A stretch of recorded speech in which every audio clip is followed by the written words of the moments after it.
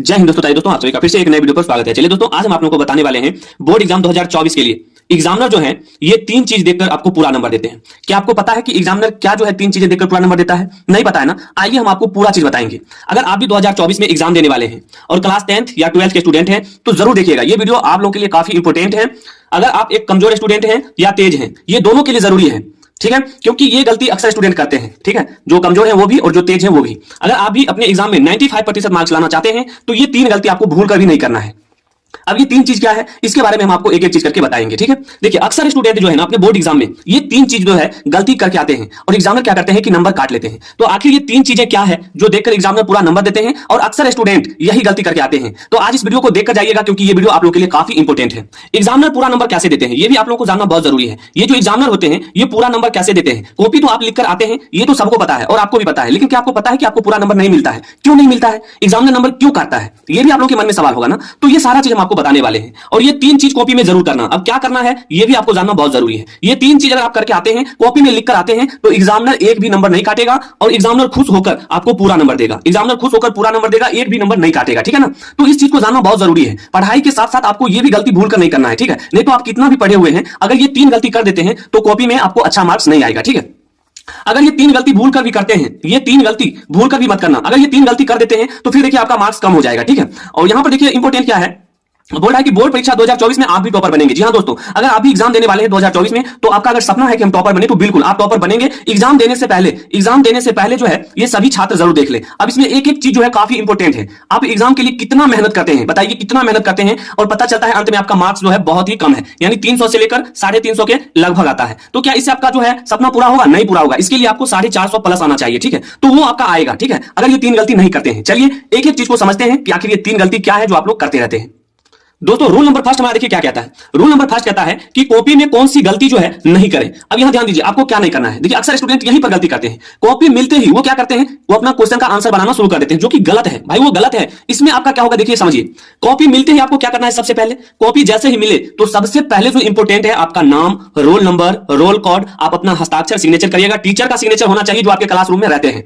अगर ये चीज गलती कर देते हैं तो आप कितना भी लिख दीजिएगा, कितना भी लिख दीजिएगा, ठीक है, आप 100 में 100 भी बनाकर आइएगा, फिर भी आपका रिजल्ट नहीं बनेगा। कारण क्या है कि अगर नाम में गलती हो गया, रोल नंबर में गलती हो गया, रोल कोड में, या आपके टीचर सिग्नेचर नहीं करते हैं तो आपका रिजल्ट ही नहीं बनेगा। तो सबसे पहला काम आपको क्या करना है, कॉपी मिलने के बाद अपना नाम देख लेना है, रोल नंबर देख लेना है, रोल कोड देख लेना है, आप अपना सिग्नेचर देख लीजिएगा, टीचर का सिग्नेचर आप लोग करा लीजिएगा। क्लियर है ना? उसके बाद देखिए रूल नंबर सेकंड पर आइए। रूल नंबर सेकंड क्या कहता है? रूल नंबर सेकंड कहता है कि कॉपी की शुरुआत में 3 से 4 पेज में आपको ध्यान दीजिए। अब ऐसा नहीं कि 3 से 4 पेज में जो मन हो वो लिख दिए, ऐसा नहीं होता। आप लोगों को पता है कि first impression is the last impression. अगर शुरुआत में अगर अच्छा लिखेंगे तो उसी के हिसाब से आपको नंबर भी मिलेगा। समझ रहे हैं ना?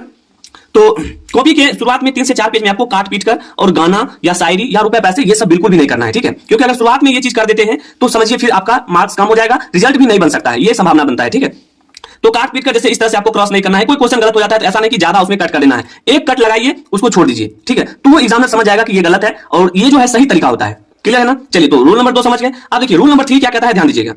रूल नंबर 3 हमारा कहता है कि जो भी लिखे सुंदर होना चाहिए। बिल्कुल, जितना भी क्वेश्चन का जवाब दे रहे हैं आप, किसी भी क्वेश्चन का जवाब दे रहे हैं तो कम लिखिए लेकिन सुंदर लिखिए, स्पष्ट और एकदम साफ साफ लिखना है। अब ये इसलिए लिखना जरूरी है कि जब एग्जामिनर आपकी कॉपी चेक करेंगे तो उनको जो है पढ़ने में परेशानी नहीं होना चाहिए। अगर ऐसा नहीं कि आप मान लीजिए कि कॉपी में कुछ लिख दिए हैं और एग्जामिनर को समझ में ही नहीं आ रहा है तो उसको लगेगा कि पता नहीं ये क्या है, नहीं है, तो वहां पर आपका नंबर कट जाएगा। ठीक है, तो इसलिए जो भी लिखना है वो एकदम सुंदर राइटिंग में लिखना है और साफ साफ लिखना है। ठीक है, ये तीन चीज समझ के रखिए, ये बहुत जरूरी है। पढ़ाई के साथ साथ ये भी जानना बहुत जरूरी है अगर एग्जाम में आप कॉपी लिखते हैं तो। ठीक है, तो ये चीज समझ गए। अब आइए अगला हमारा जो है रूल नंबर 4, उसको समझिएगा।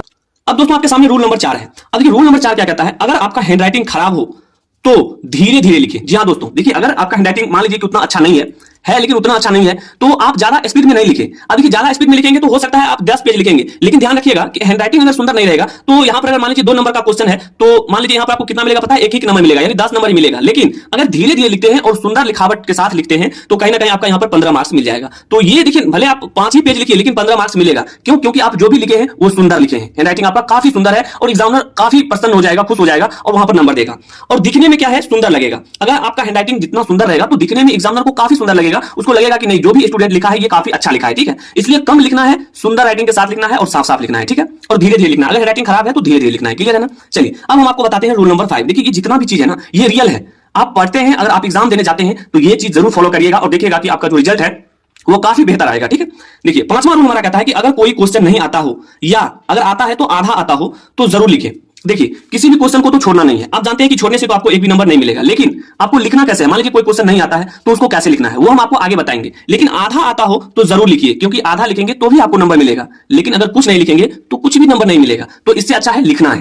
क्लियर है ना, किसी भी क्वेश्चन को छोड़कर नहीं आना है। क्लियर। देखिए रूल नंबर 6 हमारा कहता है कि कॉपी लिखते समय जो है प्रश्न संख्या जरूर लिखें। जी हाँ दोस्तों, ऐसा नहीं है कि मान लीजिए कोई क्वेश्चन आप बना रहे हैं और जल्दबाजी में प्रश्न संख्या छोड़ दिए हैं, तो एग्जामिनर को पता कैसे चलेगा, जो कॉपी चेक करेगा उसको पता ही नहीं चलेगा कि ये क्वेश्चन जो है ये कितना नंबर का है, 4 नंबर वाला है या 5 नंबर वाला है। तो क्वेश्चन नंबर यानी प्रश्न संख्या लिखना जरूरी है। और ध्यान रहे, बहुत सारे स्टूडेंट जो है सीरियल नंबर के चक्कर में पड़ जाते हैं कि नहीं 4 बना है तो 5 बनना ही चाहिए, तब हम जाके 6 नंबर बनाएंगे। ये गलत है। ठीक है, जो आपको आता है वही लिखिए, प्रश्न संख्या लिखते जाइए, हो गया। इससे ज्यादा आपको कुछ नहीं करना है। सीरियल नंबर के चक्कर में रहिएगा तो आपका समय बर्बाद हो जाएगा और समझिए आपका क्वेश्चन ज्यादा नहीं बन पाएगा। ठीक है, तो जो आता है क्वेश्चन नंबर लिखते जाइए और उसको जो भी क्वेश्चन है उसका आंसर लिखते जाइए। क्लियर है ना, ये चीज समझ गए। आइए अब जो इंपॉर्टेंट है आप लोगों के लिए उसको समझिएगा क्या है।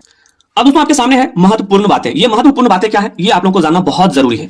देखिए अगर कोई क्वेश्चन आप किसी भी क्वेश्चन का आंसर अगर याद नहीं हो तो आप ध्यान रखिएगा, किसी भी क्वेश्चन का मान लीजिए कोई क्वेश्चन है और उसका आंसर आपको नहीं याद है तो उस समय आपको कीवर्ड का जो है उपयोग करना है, कीवर्ड की सहायता से लिखना है। अब ये कीवर्ड क्या होता है दोस्तों, ध्यान दीजिए। कीवर्ड का मतलब हुआ जैसे कि मान लीजिए हम लिख रहे हैं प्रकाश के परावर्तन के नियम को लिखें, क्वेश्चन है आपके सामने, तो आपको पूरा नहीं पता है कि प्रकाश का परावर्तन क्या होता है, लेकिन आपको ये पता है प्रकाश क्या है।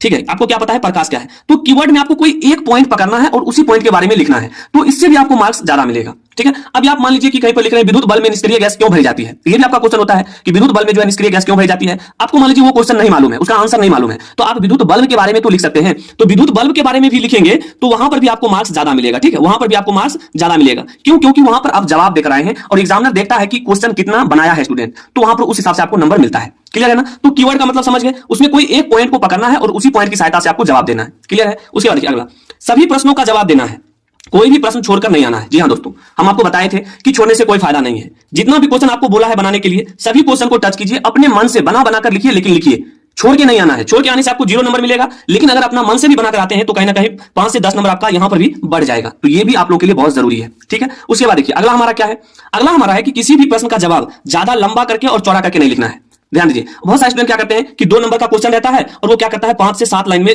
लिख देता है, तो इसमें एग्जामिनर समझ जाता है कि ये कुछ ना कुछ गलत लिखा होगा। आप ही समझिए ना, कोई 2 नंबर का क्वेश्चन है उसको आप 5 से 7 लाइन में कैसे लिखेंगे, ये तो गलत है ना। तो इसमें आपको क्या करना है, 2 नंबर का क्वेश्चन है तो एकदम शॉर्ट में लिखना है। ठीक है, किसी भी क्वेश्चन का आंसर दे रहे हैं तो शॉर्ट में लिखिए, छोटा करके लिखिए, ताकि एग्जामिनर को पढ़ने में ज्यादा समय ना लगे और वो क्या करे कि कॉपी आराम से चेक कर सके। ठीक है, ये सारी चीजें आपको जानना बहुत जरूरी है, इसलिए अभी आप लोगों को ये 3 चीजें, जितना भी चीजें हम बताए हैं, ये गलती आपको नहीं करना है एग्जाम देते समय। ठीक ना, नहीं तो फिर आपका मार्क्स कम हो जाएगा। इसलिए जाइए और आपको क्या करना है, केवल मेहनत करना है, मेहनत करिए, स्टडी में लगे रहिए। जितना ज्यादा आप मेहनत करेंगे रिजल्ट आपका उतना ही बेहतर मिलेगा। ठीक है, क्योंकि रिजल्ट मिलता है मेहनत पर, मेहनत इक्वल रिजल्ट, मेहनत जितना ज्यादा करेंगे रिजल्ट उतना ही बेहतर आएगा। क्लियर है ना, तो उम्मीद करते हैं दोस्तों ये सारा चीज आप लोग समझ गए होंगे। और यहां से आप लोग को कहीं पर भी दिक्कत हो तो आप लोग हमें कमेंट जरूर कीजिएगा, क्योंकि यहां पर हम आपको वही बताए हैं जो आप लोग के लिए इंपॉर्टेंट है। ठीक है, अगर एग्जाम देने जाते हैं तो ये 3 चीजें देखकर जाइएगा और जितना चीजें हम बताए हैं इसमें आपको एक भी गलती नहीं करना है, मार्क्स आपका बेहतर आएगा। इसके लिए आप लोग टेंशन नहीं लीजिए। उम्मीद करते हैं कि आप लोग समझ गए होंगे सारा चीज। अगर समझ में आ गया है, चैनल पर पहली बार आए हैं, चैनल को सब्सक्राइब कर लीजिए और अपने दोस्तों में शेयर कर दीजिए। ठीक है, मिलते हैं अगले वीडियो में, तब तक के लिए जय हिंद, जय भारत, वंदे मातरम।